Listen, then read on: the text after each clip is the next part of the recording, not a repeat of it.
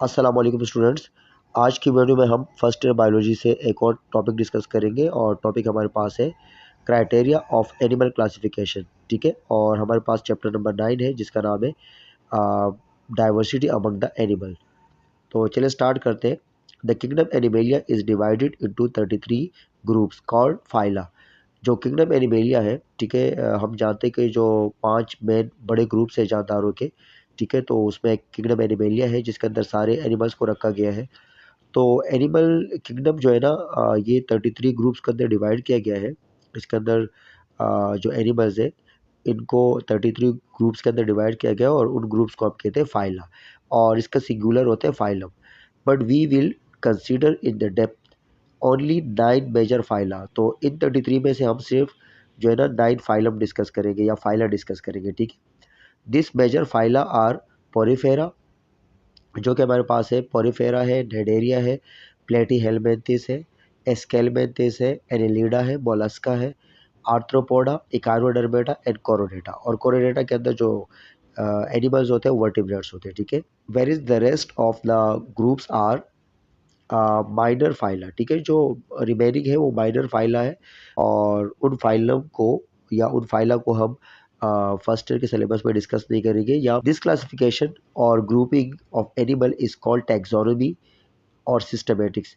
ये जो जानदारों की क्लासिफिकेशन की जाती है इसको हम टैक्सोनॉमी कहते हैं, या तो इसको हम सिस्टमेटिक्स कहते हैं। ठीक है, टैक्सोनॉमी का मतलब ये एक ब्रांच है बायोलॉजी की, और इसके अंदर हम जानदारों की क्लासिफिकेशन करते हैं। ठीक है, टैक्सो का मतलब होता है ग्रुप या टैक्सोन। ठीक है, टैक्सोन एक कैटेगरी को कहते हैं, और जो नोमी है, नोमी का मतलब है naming.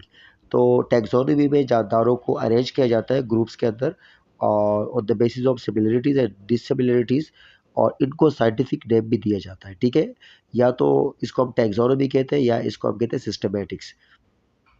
It is carried out primarily on the basis of their evolutionary relationship.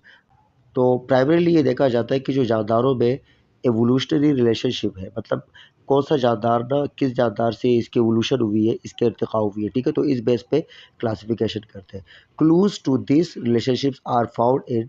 तो जो हमें क्लूज मिलता है या जिससे हमें एक हेल्प मिलती है, उसमें हमारे पास कुछ यहाँ पर करेक्टरिस्टिक्स है, जैसे कि हमारे पास कंपेरेटिव मॉर्फोलॉजी।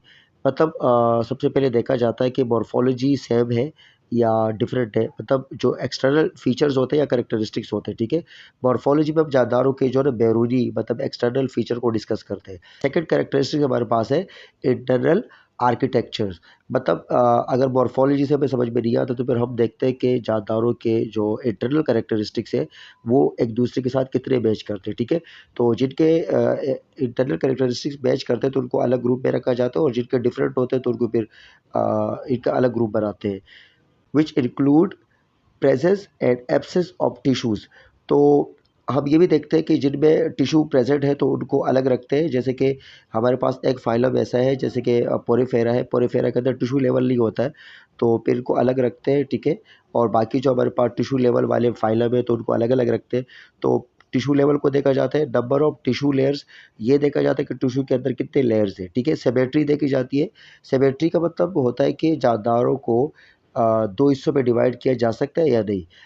अगर एनिमल को दो इक्वल पार्ट में डिवाइड किया जा सकता है तो उन एनिमल्स को हम कहते हैं सिमेट्रिकल एनिमल्स, और अगर जिनको डिवाइड नहीं किया जा सकता तो उनको हम कहते हैं एसिमेट्रिकल एनिमल। और अगर वर्टिकली डिवाइड किया जाए दो इक्वल पार्ट में तो उसको हम कहते हैं बायलैटरली सिमेट्रिकल, और किसी भी एंगल से अगर आप किसी जानदार को दो इक्वल पार्ट में डिवाइड कर सकते हैं तो उनको हम फिर कहते हैं रेडियली सिमेट्रिकल। तो फिर ये आगे हम डिटेल में पढ़ेंगे। तो सिमेट्री देखना पड़ती है। ठीक है, and embryological development pattern of their coelom and blastopore. ठीक है, तो उसमें हमें ये देखना पड़ता है कि जो एम्ब्रियोलॉजिकल डेवलपमेंट है वो कितना मैच कर रहे हैं जानदारों में। जैसे कि अगर मैं एग्जांपल के तौर पे यहाँ पर बताऊँ, जैसे हमारे पास फिशेज़ है और जो एम्फीबियंस है, तो इनमें जो एम्ब्रियोलॉजिकल डेवलपमेंट है वो तकरीबन सेम सेम है। ठीक है, फिर देखा जाता है कि सीलोम जो मतलब बॉडी कैविटी है वो है या बिल्कुल एब्सेंट है या ट्रू बॉडी कैविटी है, तो ये भी देखा जाता है। तो कुछ कैरेक्टरिस्टिक्स है जिनके बेस पे जानदारों को क्लासिफाइड किया जाता है। तो किंगडम एनिमेलिया इसको सबसे पहले जो है ना 2 ग्रुप में डिवाइड किया जाता है। एक हमारे पास है सेलुलर ग्रुप और एक हमारे पास है टिश्यू लेवल वाला, ठीक है। जो सेलुलर है वो पोरेफेरा है, मतलब पोरेफेरा के अंदर सेल तो है, हर एक इंडिविजुअल सेल अपना काम करता है, लेकिन पोरेफेरा के अंदर टिश्यू लेवल नहीं है, ठीक है।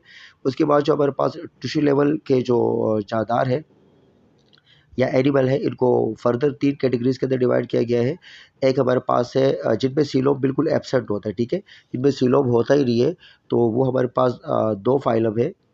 एक हमारे पास सेलेंट्रेटा है और एक हमारे पास जो है ना वो प्लेटीहेल्मिन्थेस है। जो प्लेटीहेल्मिन्थेस है बायलैटरली सिमेट्रिकल होते हैं, मतलब ये वर्टिकली आप इनको 2 इक्वल पार्ट में डिवाइड कर सकते हो। और जो सेलेंट्रेटा है ये रेडियली सिमेट्रिकल होते हैं, मतलब इनको आप 2 पार्ट में डिवाइड कर सकते हो किसी भी एंगल से, ठीक है।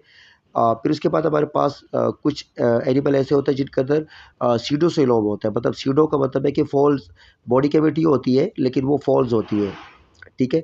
और कुछ एनिमल ऐसे होते हैं जिनके अंदर ट्रू बॉडी कैविटी होती है, ठीक है। जैसे हमारे पास फिर इनको फर्दर डिवाइड किया गया है, जैसे एनिलिडा है, आर्थ्रोपोडा है, मोलस्का वगैरह है, ठीक है।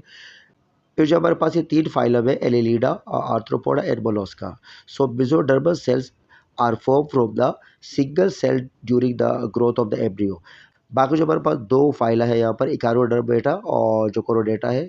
So endoderm give rise to coelom. तो यहाँ पर जो सीलोम है वो एंडोडर्म लेयर से बनता है, ठीक है। जो इकारोडर्मेटा है इनके अंदर नोटोकॉड जो है ना एब्सेंट होता है। नोटोकॉड एक स्ट्रक्चर होता है जो बाद में स्पाइनल कॉर्ड में कन्वर्ट होता है, ठीक है। और जो कोरोडेटा है इनके अंदर नोटोकॉड प्रेजेंट होता है और ये नोटोकॉड बाद में स्पाइनल कॉर्ड के अंदर जो है कन्वर्ट होता है। और स्पाइनल कॉर्ड हम जानते हैं कि नर्वस सिस्टम का पार्ट है, मेन पार्ट है सीएनएस का, ठीक है। तो ये हमारे पास कुछ बेसिक हमारे पास नॉलेज था जो क्राइटेरिया है एनिमल का क्लासिफिकेशन का, उसके बारे में। और नेक्स्ट वीडियो के अंदर हम लोग किसी और टॉपिक को डिस्कस करेंगे।